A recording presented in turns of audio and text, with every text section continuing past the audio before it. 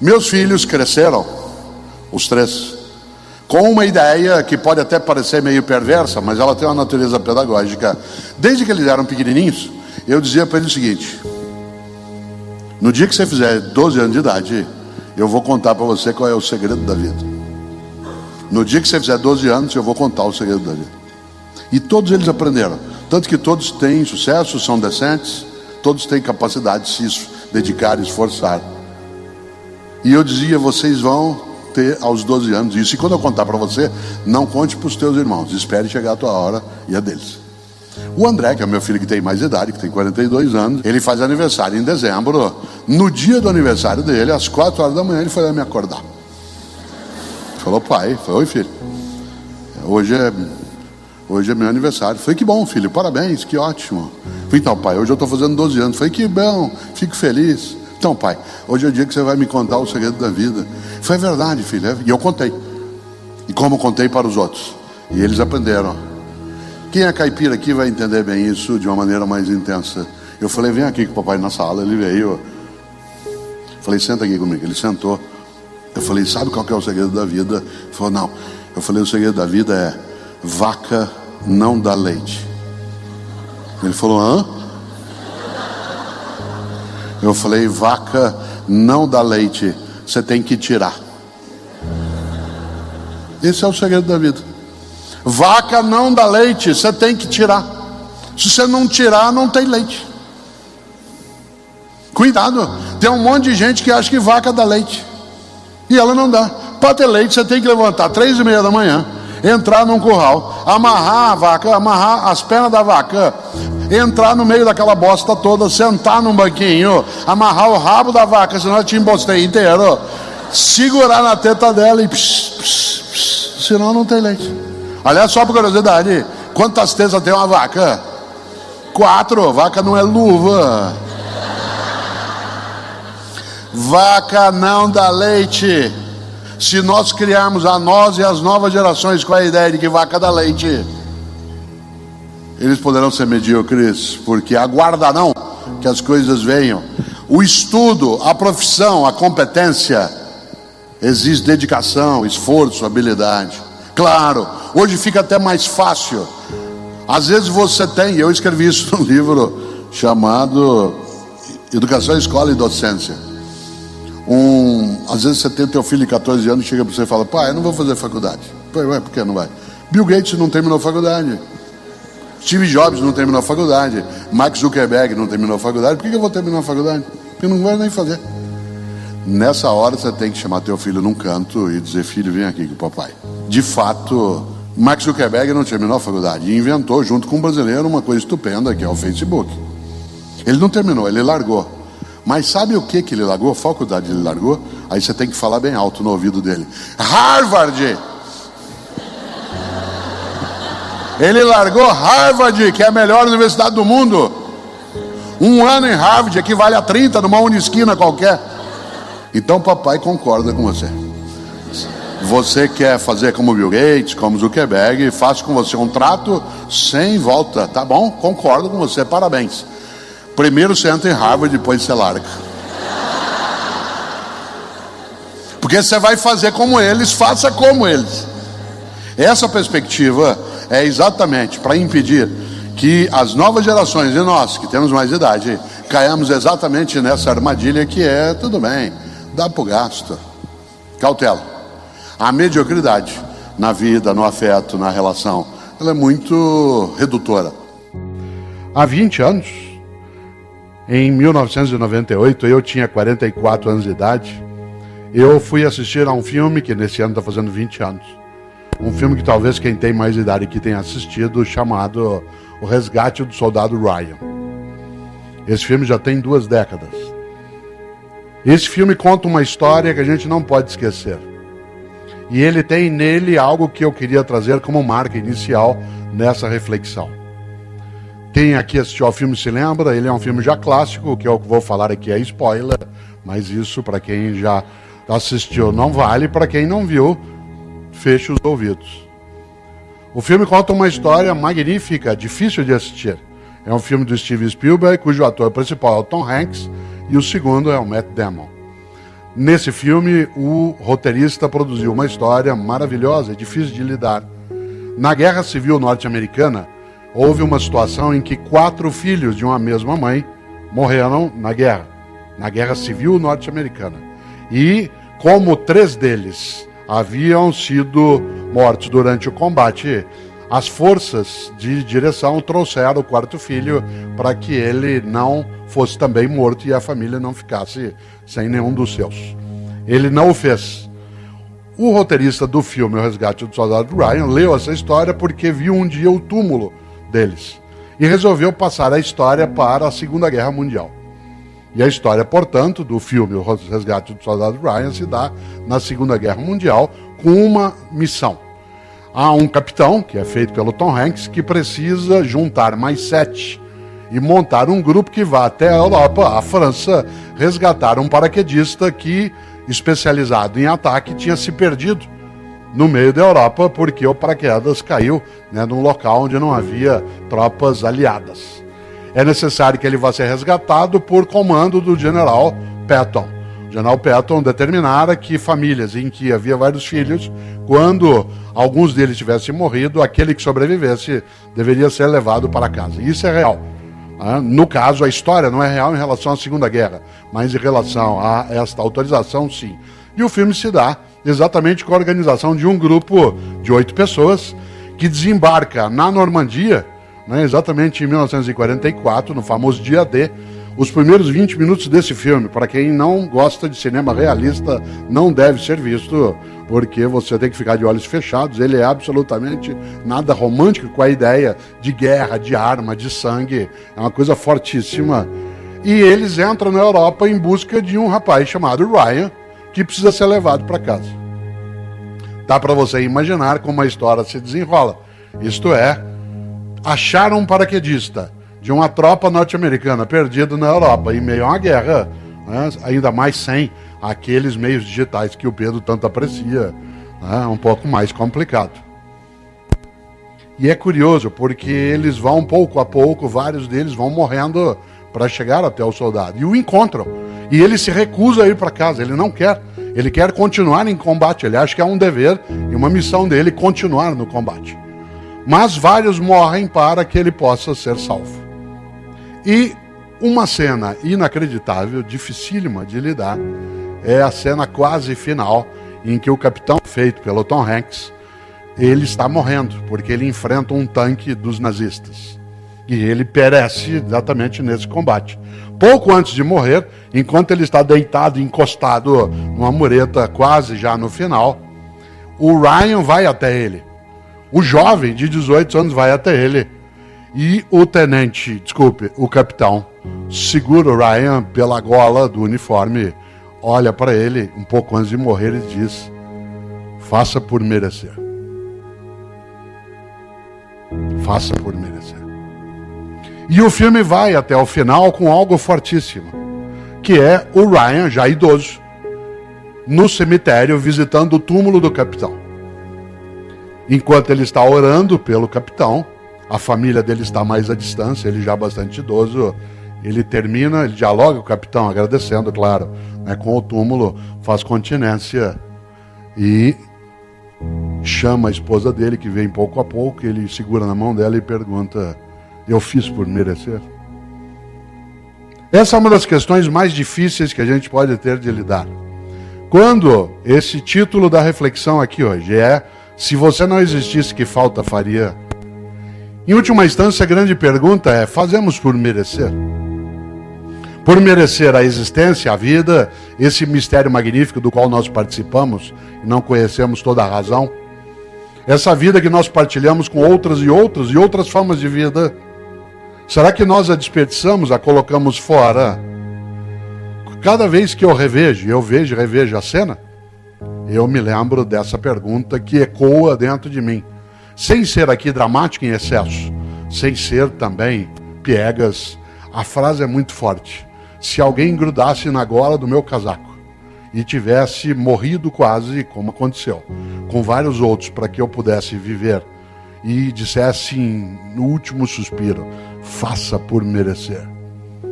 Isso é forte demais. É interessante, Porque as homenagens que a gente recebe, elas, vez ou outra, nos levam exatamente a pensar isso. Será que nós fazemos por merecer? Merecer o quê? A amizade que partilhamos, a solidariedade que nos oferecem, a alegria que a gente pode ter, os momentos também de fraternidade que se tem, aquilo que é para nós uma condição de existência que não necessariamente é colocada com outras e outros. Superar, inovar e transformar é ser capaz de dar vitalidade. E a vitalidade respeita o tempo e a história. O livro que eu mencionei, no qual está essa reflexão, que é o Educação, Escola e Docência, quando eu vou autografá-lo, e eu gosto de fazê-lo, eu tenho um hábito, para cada um dos 30 livros que eu já escrevi, na hora que eu vou autografá-lo, eu escrevo sempre nele uma virtude. Nesse livro, Educação, Escola e Docência, além do teu nome e do meu, claro, eu escrevo partilha. Partilha, porque a ideia de escola e docência é a percepção e a prática da partilha. Partilha da ideia, partilha da competência, partilha do sonho, partilha da capacidade. Só que a partilha precisa se renovar. Eu tenho um livro chamado Não Nascemos Prontos. É interessante porque ele é contra uma frase que circula por aí, que diz que uma pessoa, quanto mais ela vive, mais velha ela fica. Isso é uma bobagem. Para que alguém, quanto mais vivesse, mais velho ficasse, teria que ter nascido pronto e ir se gastando. Isso não acontece com gente, acontece com fogão, sapato de geladeira. Fogão, sapato de geladeira nasce pronto e vai se gastando. Gente nasce não pronta e vai se fazendo. Eu, Cortella, não nasci pronto e vim me gastando. Em 2017, eu sou a minha mais nova edição. Revista, um pouco ampliada, mas a minha mais nova edição. Eu não nasci pronto e vim me gastando, eu nasci não pronto e vim me fazendo. Em 2017, eu sou o mais novo Mário Sérgio Cortella. Não sou inédito, porque muito do que eu sou eu trouxe da minha história. Mas eu não sou mais o mesmo. Eu sou novo e quero sê-lo. Nesse sentido, 43 anos de docência. Será que eu já sei dar aula? Só se eu inovar. E a inovação vem da minha capacidade de aprender, de estudar, de ser humilde naquilo que preciso saber, de ir buscar. Saber que você supera em educação, mas não encerra. E eu quero aproveitar esses teus 15 minutos de desespero até 12h30 para pensar exatamente nessa direção. Imagine a percepção de que a gente se renova no cotidiano. O livro Não Nascemos Prontos, quem fez o prefácio dele é o André, meu filho que tem 40 anos. E na minha casa sempre meus filhos fazem os prefácios dos meus livros, não quero ninguém que fale mal de mim, e esse foi ele que fez. E o André, que hoje tem 40 anos, quando ele tinha 18, um dia ele estava fechado em casa, em São Paulo, ouvindo rap. Eu gosto de rap, mas não é qualquer rap que eu gosto.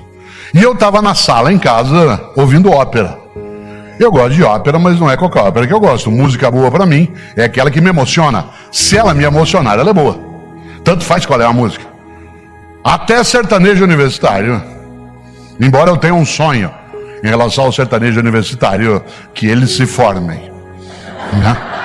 Mas vocês imaginarem, há algo que é marcante, que é a ideia de que música boa é aquela que emociona. O André ouvindo rap, quem aqui gosta de ópera sabe que ópera a gente ouve um pouquinho mais alto. O André, hoje ele gosta de ópera, na época não. Saiu do quarto dele injuriado e veio até a sala para me dar uma bronca por causa da altura da música. Aliás, eu estava ouvindo uma área magnífica do Puccini chamada Mio Babino Caro, meu papaizinho querido, que é uma área estupenda, que aliás é para soprano, pelo óbvio eu não posso cantar aqui, e que foi gravada, né, pela Maria Callas, a nossa maior da história. Eu até dou risada, porque às vezes tem gente que coloca essa área em cerimônia de casamento na igreja, na hora da bênção das alianças. E eu sempre dou risada, porque ou a pessoa não entende ópera, ou ela entende muito de casamento, porque a área fala de uma menina que vai se matar. Esse é o conteúdo da música. Você sabe que a coisa mais perigosa que existe no mundo é incompetente com iniciativa. Incompetente com iniciativa é um perigo numa secretaria, numa prefeitura, num órgão público ou privado, num churrasqueira, né, num fogão, num centro cirúrgico. Eu ouvindo ali Mio Babino Caro, que é magnífico, mas fala de um suicídio. Aliás, olha que coisa, Desculpe se alguém aqui colocou no próprio casamento, né? Mas é uma coisa que você conhece, você sabe o quanto que é bonito, e é uma das coisas que a gente não pode esquecer. Há pessoas que no dia a dia acabam deixando isso de lado, mas a música, ela é estupenda. Só que ela fala de suicídio. Você conhece a música, quer ver? Vamos ver.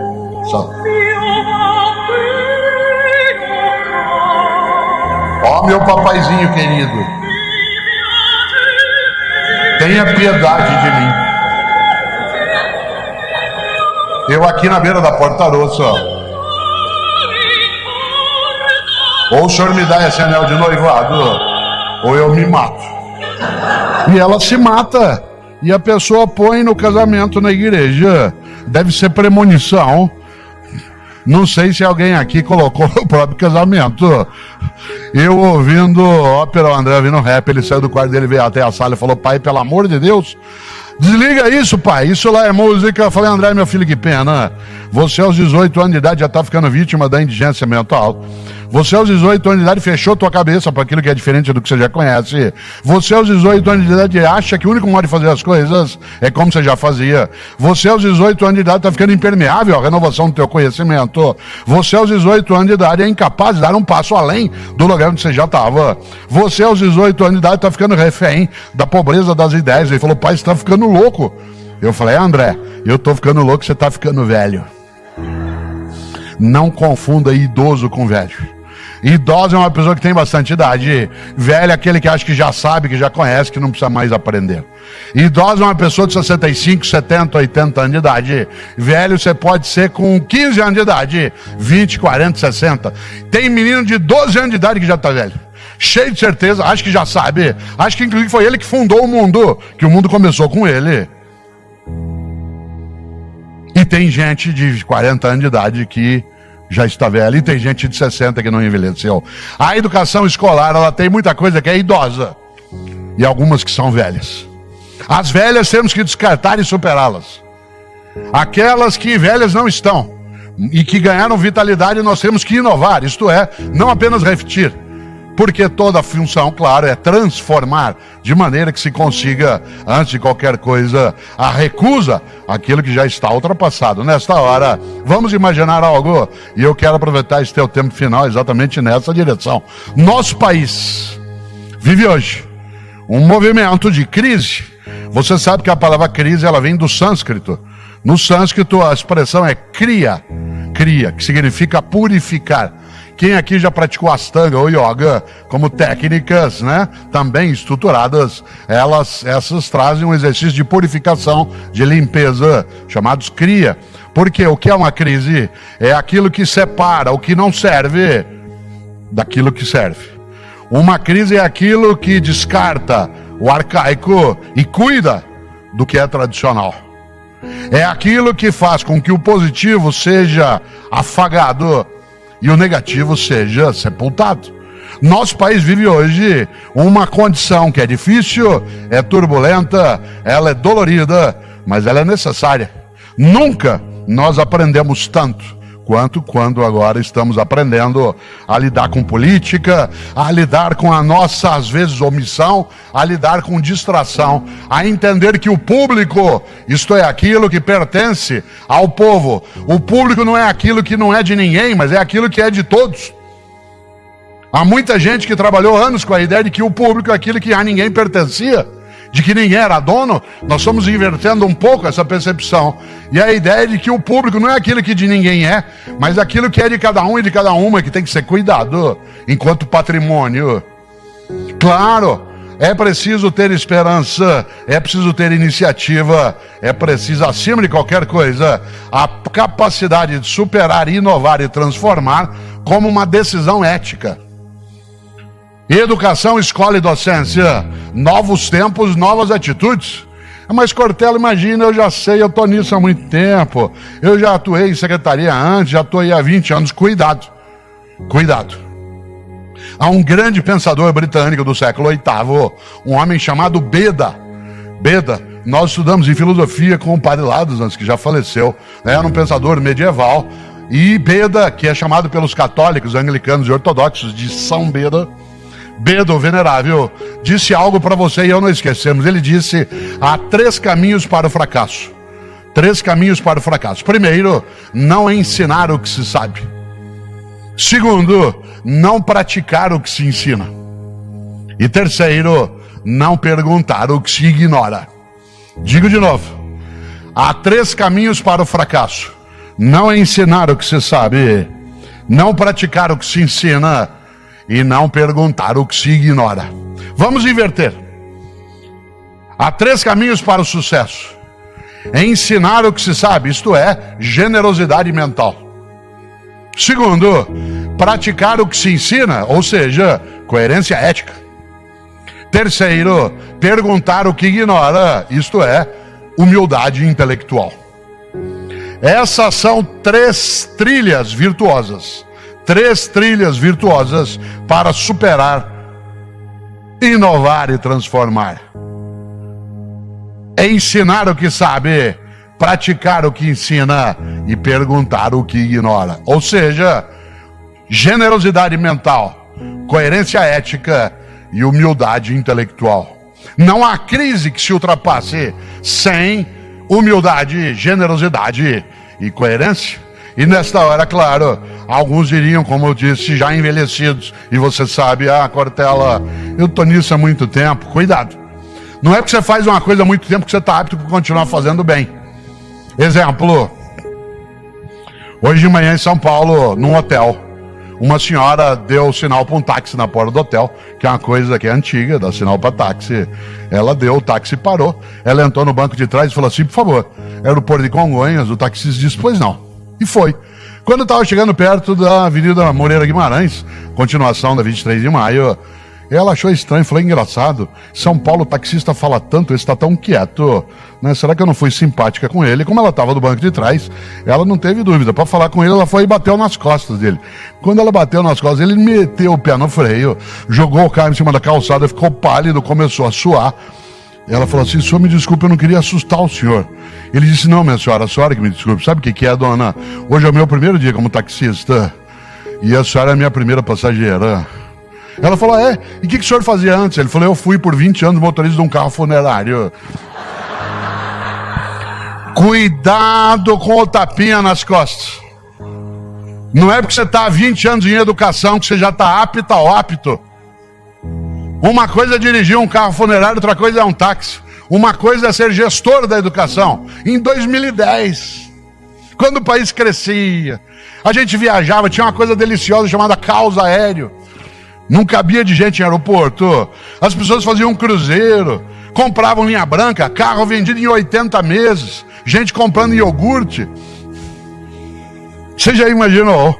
Outra coisa é fazer educação em 2017. Uma coisa foi ser secretário de educação quando eu fui, em 1990, 91, 92, sucedendo a Constituição Nova de 88, com uma outra distribuição de recursos começando. Outra coisa é sê-lo quando há, por exemplo, a inclusão das creches. Quando eu fui secretário na capital, as creches ficavam na outra secretaria. Elas eram ligadas à Secretaria de Bem-Estar Social. Todo o recurso da função ensino ia para o ensino fundamental e algumas escolas de ensino médio já existentes. Outra coisa é fazê-lo com um fundamental de 9 anos, ou fazê-lo com 8. Uma coisa é fazer com professores que se formaram num tipo diferente de escola, de tempo, de cidade, com um salário que era mais elevado. Alguns de nós nos lembramos quando crianças, o visitante vinha ver a nossa cidade, Jundiaí, a gente mostrava: aqui mora a diretora da escola, aqui mora a professora, aqui mora o juiz de direito. Nossa atividade foi sendo banalizada em termos de remuneração por conta de algo que é absolutamente positivo, que é a democratização do acesso. Só que a democratização do acesso não deveria e nem pode ser feita à custa de um estrangulamento das condições de trabalho da atividade docente. Por outro lado, quando o nosso colega pergunta: quem quer dinheiro? Você sabe que dinheiro é importante, mas não é basta. É claro que ele queria que a resposta fosse o que foi. Claro que a gente sabe que, por mais, se a gente tivesse um aporte hoje de todo o orçamento da educação, né, dos Estados Unidos da América do Norte, tivesse só para nós ainda não daríamos conta do que nós temos de fazer, porque a nossa questão não é só dinheiro. Ela é dinheiro, mas ela não é só isso. ela é uma concepção pedagógica, uma reorientação da nossa cabeça em relação ao que fazemos. A ideia de que o público é de todos, em vez de não ser de ninguém. É preciso mexer nas redes de ensino também, para que não haja o desprezo da escola pública por parte de quem ensina na escola pública. Quanta gente você conhece, eu conheço, que atua na escola pública, mas despreza a escola pública? Ameaça o filho com a escola pública, você não está estudando, você vai ver. Vou te pôr numa escola pública. E recebe o dinheiro da população que paga os tributos. Só uma palavra para isso, do ponto de vista ético, isso é nojento. É alguém que recebe o seu rendimento, mesmo que considere pouco, mas recebe daquele que ela despreza, daquela que ela acha que é uma fonte suja. É preciso reinventar e inovar também nossa consciência em relação à escola pública. Não é só em relação a equipamento, isso também. Tecnologia, isso também. Mas a tecnologia não é exclusiva. Insisto, eu estou falando aqui há quase 1 hora, ainda faltam 4 minutos para você se libertar de mim. E eu estou usando uma coisa única, que é a mais avançada tecnologia de conhecimento que existe, que é o cérebro humano. Cada um aqui trouxe o seu. Espero que leve na hora que sair. Ele é wireless, é Bluetooth, é alimentado por açúcar, carboidrato, proteína, tem 3 milhões de anos de uso, e ele que inventou tudo isso, inclusive o que nos auxilia. Mas nos auxilia se eu tiver clareza, por isso, claro, sem dúvida, superar, inovar e transformar, para onde? Qual é o nosso projeto em cada comunidade? Como é que isso é debatido dentro daquele modo de ali estar? O recurso precisa vir, sem dúvida, se espera que venha. E ele vem para auxiliar qual projeto? Cuidado. E aí eu vou terminando, de fato. Um fórum da Undime, eu já disse isso outras vezes e quero retomar. Ele é um lugar para a gente evitar a autópsia. Muita gente na área de educação, quando se junta para debater na escola pública o que tem que ser feito, fica o tempo todo só fazendo autópsia. Isto é, identificando a causa da morte. Não dá certo, não funciona, não vai, não tem, o MEC não manda, não, o FNDE não... Às vezes não manda mesmo. Às vezes manda e não... Olha só, cuidado para não passar 2 dias aqui fazendo autópsia. Um fórum é um lugar para fazer biópsia. A grande diferença, você sabe, entre autópsia e biópsia é que na autópsia você só identifica a causa do falecimento. E na biópsia, você pega uma coisa viva, que é a escola pública paulista, dentro dos municípios, vê o que ela tem de problema, para corrigir, para ela continuar viva. Por isso, um fórum é um lugar de biópsia, em que a vida possa vir à tona, em que a ideia de superar, inovar e transformar, consiga distinguir do passado aquilo que é tradicional e proteger, e pegar aquilo que é arcaico e descartar. Educação, escola e docência, novos tempos, novas atitudes. Voltamos ao Einstein. Tolice. É fazer as coisas sempre do mesmo jeito e esperar resultados diferentes. Por isso, nesse minuto final, eu queria lembrar algo que nos ajuda. E como disse antes, a hora que terminarmos, eu vou passar no banheiro, depois eu estarei ali no estande da Cortez. Tem gente que às vezes quer que autografe livro, às vezes nem todos. Alguns querem tirar uma foto. Para quem gosta de tirar foto, eu sempre digo, tire, azar seu, mas eu farei com alegria. Mas nesse meu tempo final, eu queria lembrar algo. Para mim é absolutamente honroso, mais uma vez, Marialva, estar aqui, frente a colegas homens e mulheres. Eu que nunca fui professor na rede pública, fui gestor na atividade pública, mas não tenho atividade docente, nem saberia fazê-lo. De encontrar tanta gente aqui neste território que tem algo decisivo, que é a partilha da esperança, a partilha da decência, a partilha do sonho. Gente que tem vários homens e mulheres que nos inspiram, mas que não esquecem. Jamais. É por isso que a Undime faz mais um fórum para a gente fazer nossas biópsias, de maneira a recusar a autópsia, a submissão aos fatos e a adesão a um projeto que é biocida, que é exatamente a ideia do que eu posso fazer. A vida é assim. Por isso, cumprimento sim cada um e cada uma, e aí concluo de vez com uma ideia. Não esqueça do grande Beda: generosidade mental, coerência ética e humildade intelectual. Isto é, ensinar o que sabe, praticar o que ensina, e perguntar o que ignora.